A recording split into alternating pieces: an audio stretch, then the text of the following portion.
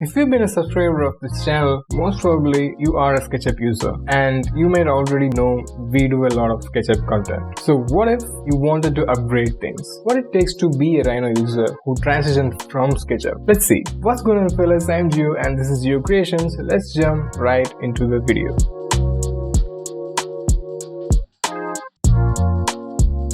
I know I'm inconsistent on posting videos lately. It's because of various reasons. Hereafter, I'm gonna post new contents every Wednesday, and by the time of recording, we are close to 2000 subscribers. Yay! So subscribe. If this video gets at least 100, just 100 likes, I'll continue posting Rhino and Grasshopper related content. So hit that tiny little thumbs up button down there. Right now, I'll wait. Alright, let's move on. Tip number 1. If you want to use Rhino like SketchUp, don't use Rhino. Just keep on using SketchUp. Simple, right? And yeah, bye. I was just kidding. That was a joke. Don't go. So tip number 1, preferring Nurbs modeling. We all know SketchUp works with meshes, which are just polygons wrapped up together to form a 3D object. But when it comes to Rhino, its primary modeling format is Nurbs, which has perfect mathematical information about the solid. In addition to that, it can also deal with meshes as well as sub-D. So you may think, if I want to work in Rhino like SketchUp, I have to use meshes, right? Wrong. We're gonna use Nurbs. Nurbs allows you to control object however you want. Working with meshes could be a bit tricky. So if you want to import something inside Rhino from SketchUp, obviously it's gonna be a mesh, right? Right off the bat, it looks something like this. It's messy, so we have to use merge coplanar faces to make it somewhat workable.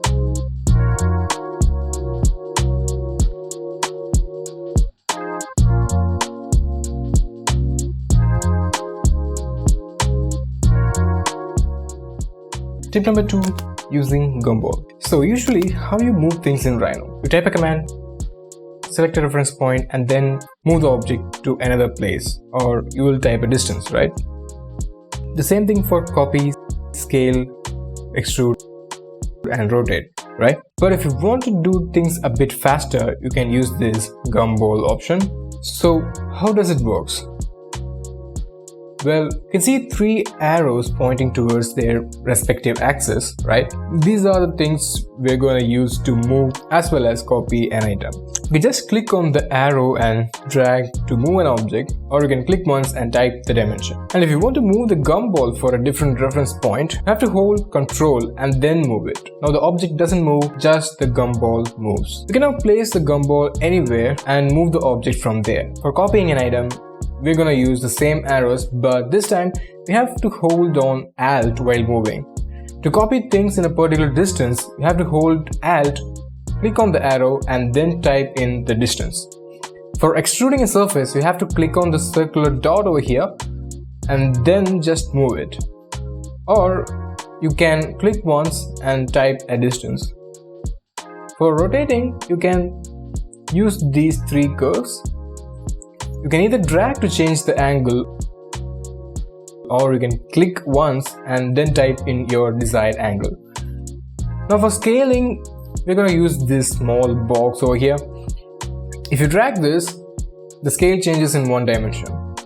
So you have to hold Shift to consider all 3 axes, and when you type in the scale, you have to feed the data as factors. For example, if you want double the size, you have to click in the box and then type in the factor. Let's say 2. Now it's double the size. If you want the half of the size, you have to type in 0.5. Right?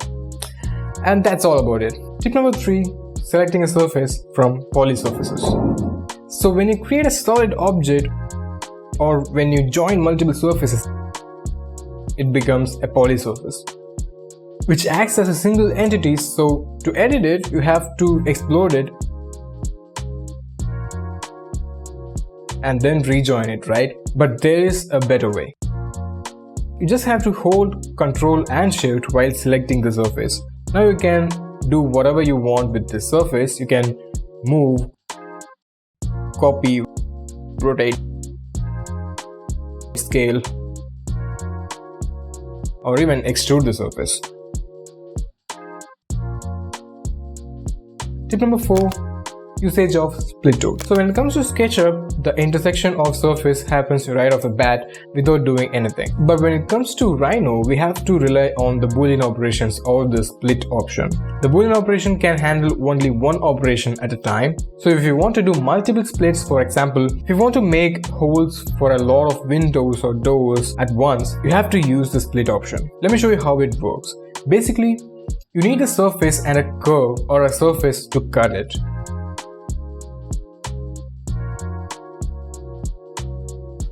Let's try using this line to cut this geometry.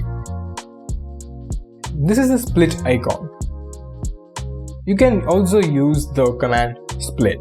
Select the geometry you want to split, hit enter. Now you select the cutting curve, again hit enter. The curve just projects through the surface and separates it. In the case of complex geometries, we have to make the curve as a cutting plane and then repeat the same process.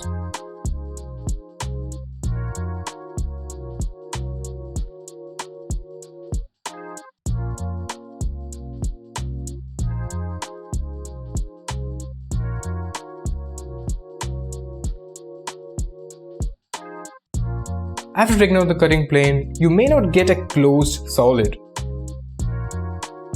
You have to do it manually using extrude or loft.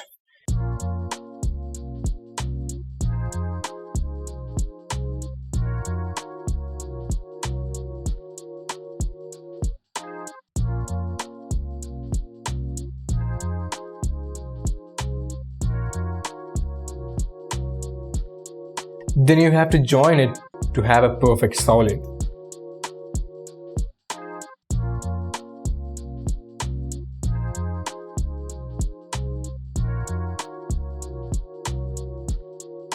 Tip number 5. Working smart. When it comes to 3D modeling, there is definitely a lot of ways to do the same thing. Maybe you may have already known some better tips. If you do so, leave that in the comments below. By the way, let me show you an example. Let's say you want to create a single interior space. You have to create the base first.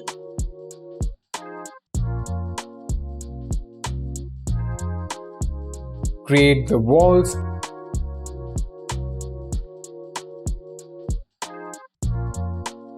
And then you have to create the ceiling, right? But the same thing can be done by just creating a cube and just offsetting it.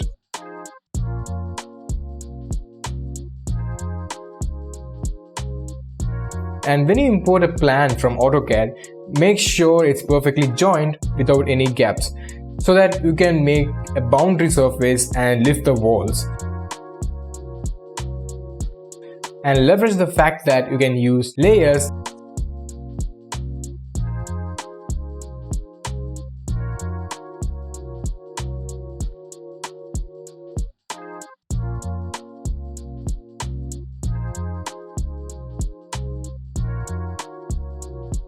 And in short, it comes down to practice. So keep using the software. No matter what, you will get a hold on it pretty easily. Now you may have a question. You may ask, can I stop using SketchUp altogether? The simple answer is no. Every software has its own purpose. I've explained this better in my last video, so don't forget to check that out. Links in the description. Or you can click on this I button to check it out. If this video helped you in any way, you can let me know in the comments, because I have to decide if I need to continue doing Rhino and Grasshopper related content. It totally depends on the support you give to this video. And if you're not subscribed yet, come on guys, what are you doing? Do it right now. And that's it, signing off for now. Catch you guys in the next video. See ya. I was just kidding.